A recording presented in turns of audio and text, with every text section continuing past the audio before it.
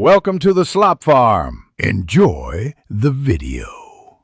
You'll start by ensuring both accounts are ready. Sign into Microsoft To Do and your Google account. Once done, make sure third-party access is allowed in Google. Sometimes you need an app password. Then open Microsoft To Do settings and check connected services.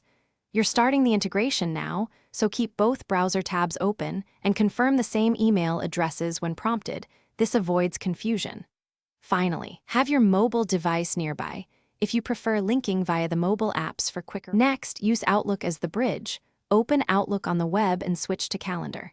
You'll enable the Tasks or To Do calendar, then add a task so it appears as a calendar item. Once a task is visible, use the calendar's Publish or Share option to generate an iCal link. This link is what Google Calendar can subscribe to. Make sure you copy the exact iCal URL because Google imports from that.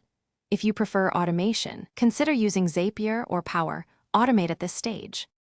Finally, switch to Google Calendar and choose Add Other Calendar, then from URL. Paste the iCal link you copied from Outlook or your automation platform. After adding, force a refresh and check that tasks appear at the correct times. Adjust time zone settings if they look off. Make sure visibility is enabled so items show alongside existing events.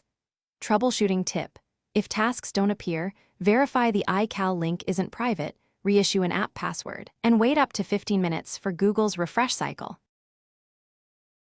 Thanks for watching. Consider subscribing if we helped you today.